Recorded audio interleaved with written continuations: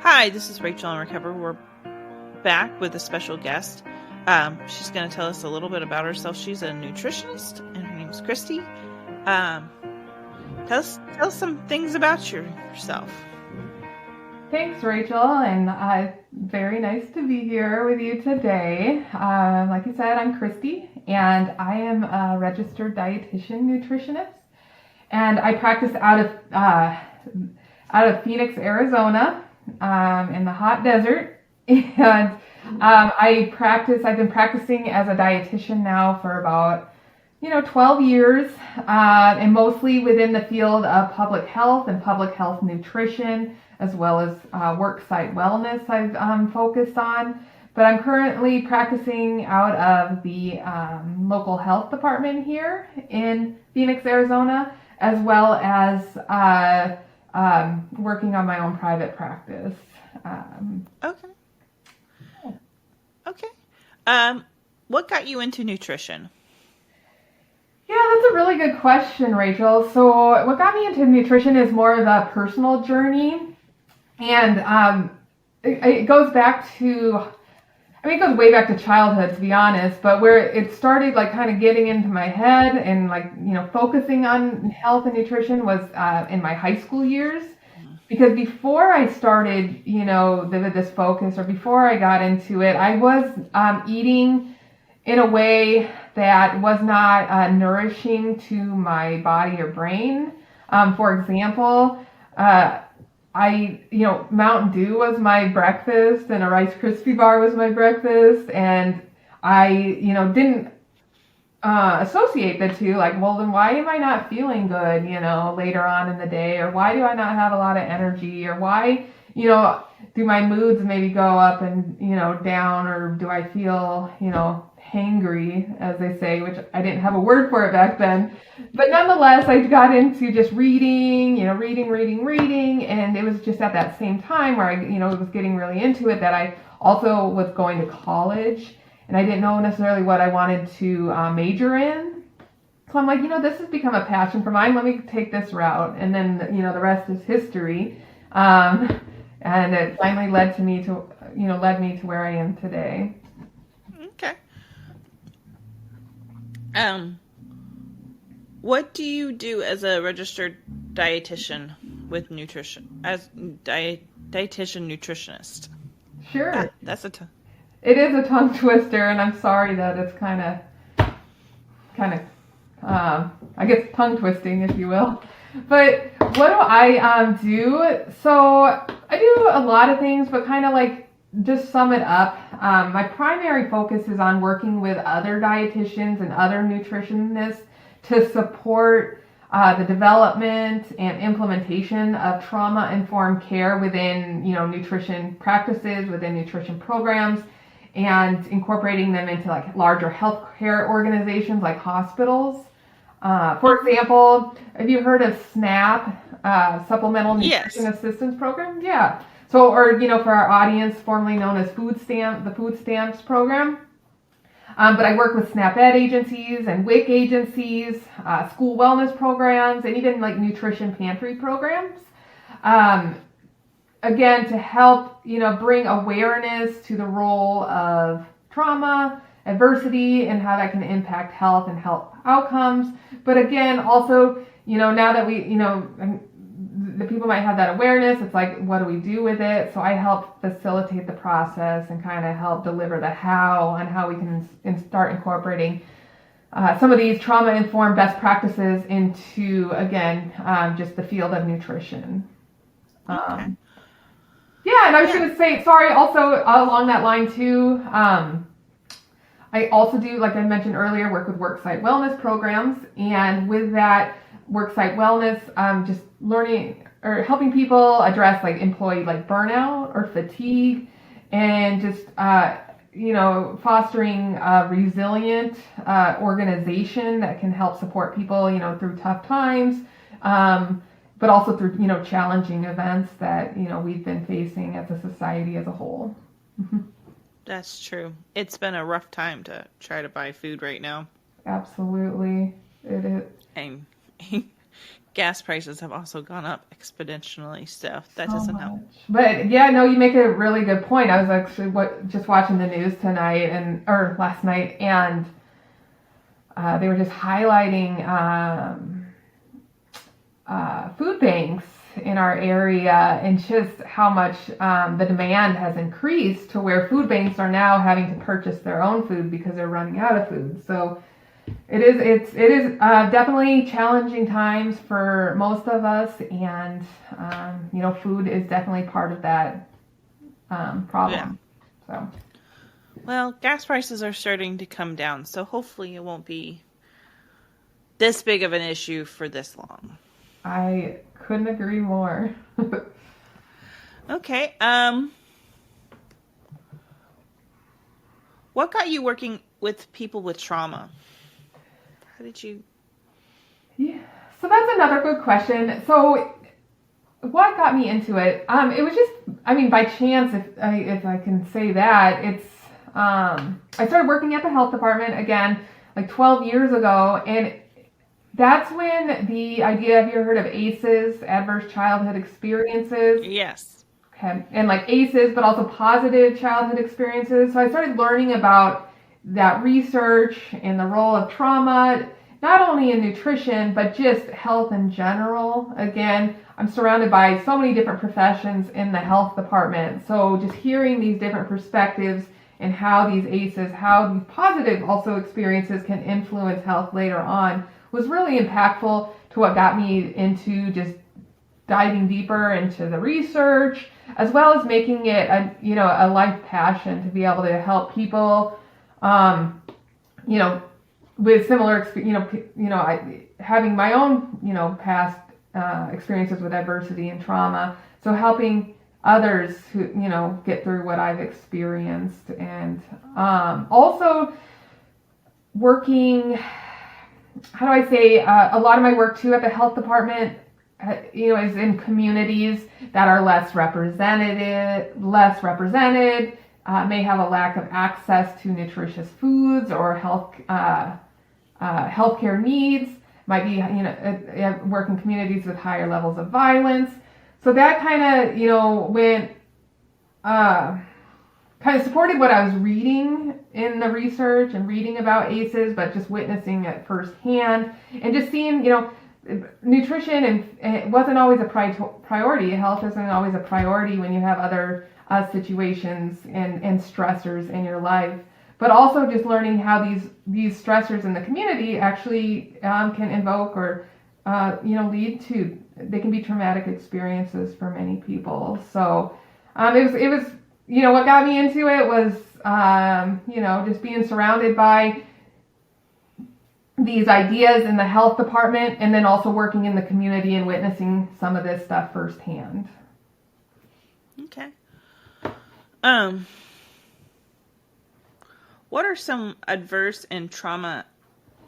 In some ways, adversity and trauma impact food and eating behaviors. Can you tell us a little bit about that? Yeah, so adversity and trauma, it can lead to, a variety of different behaviors, health behaviors, including those that are dietary related. Adversity, and trauma can lead to disordered eating patterns, for example, such as, yo-yo dieting or preoccupation with food or binge eating or even, restricting food. Food in those cases can be used as a coping mechanism, can be used as a way to just self-soothe, if you will, and to cope, with struggles and that trauma. Further, experience, like we were just talking about with, hunger, food insecurity, those experiences can lead to, feast or famine mindset later in life. So the idea that like when food is available, eating as much as possible because it's kind of been ingrained in your body and your brain that, might not know, not knowing where your next meal might come from. That might have been a childhood experience that then is ingrained within you that leads to those behaviors. Also, just trauma can really, it inhibits our bodies and our brains, but it can take our thinking brain offline, right? So we can get into this survival mode to where we're not able to really access the part of the brain to fully engage in these higher level cognitive activities that are required, with so many different,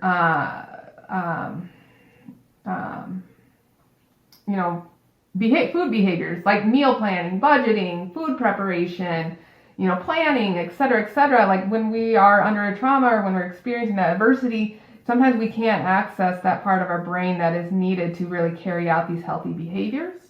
And I'm thinking, also too, when it comes to trauma, a common symptom is dissociation. So when we're, not really tuning into our bodies, and for years not tuning into our bodies, we may not really fully recognize hunger cues or, fullness cues or even like thirst cues. So, when we're not able to recognize when we're hungry or full, that can lead to overeating or undereating, for example.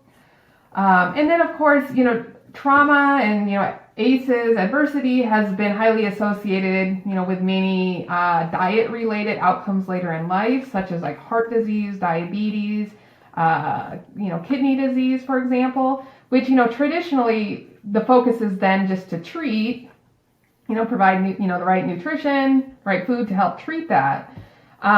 But that really ignores some of the, foundational root causes of some of those food behaviors, to where it really takes a trauma-informed approach to really dig deeper into, the whys, why we eat the way we do, or why we eat the foods that we do. Okay. What is considered a balanced approach to nutrition? Yeah, so I get asked that a lot, and really it comes down to just eating a variety of, nutritious foods. There's the food, fruits, vegetables, whole grains, protein foods, healthy fats, for example.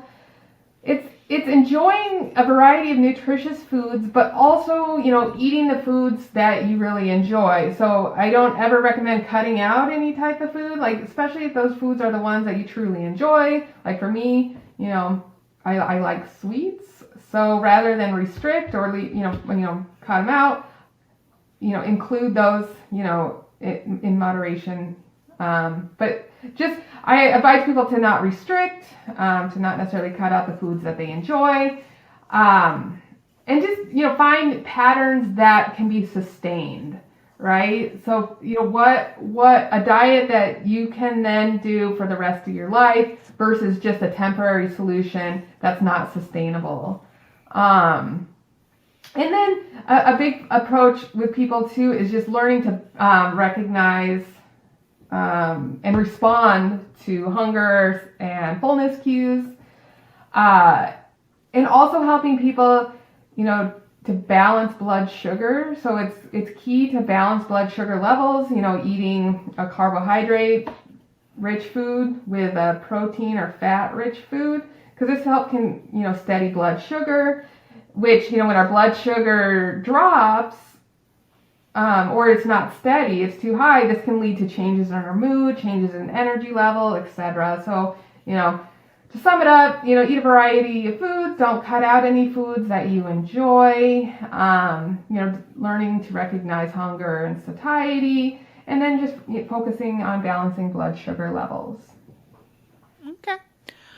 What would be considered a healthy diet? I think we pretty much went over this. So what would be considered a healthy diet? So a healthy diet would be, having balance. So balancing the right foods. So again, like I said, balancing blood sugar, eating the right foods to keep your blood sugar steady, but also incorporating the foods that you truly enjoy, and not restricting any type of food. But yeah, eating just a variety of carbohydrates, variety of protein, variety of fats. Okay. What is the best advice you would give to a trauma victims out there? The best advice I would recommend would be, to be patient with ourselves, to be kind with ourselves through this journey of self-care and journey of behavior change. I always say, it took years for us to develop, some unwanted or, potentially unhealthy coping strategies. We can't expect ourselves to just change overnight. Habits aren't changed overnight. So just be patient with yourself and be patient and kind with yourself, through the entire journey. Okay. What should people who are listening do if they want more one-on-one help with nutrition? Absolutely. So I just want to first say I don't currently do one-on-one type of counseling. However, people can reach out to me and I can get them in touch with people that do. But the type of support I provide is, more kind of organizational programs, systems level. But I can be reached at my website, which is habitstoheal.com. So HABITS, the number 2, and then HEAL.com. Okay. Well, I guess anything else you would like to add?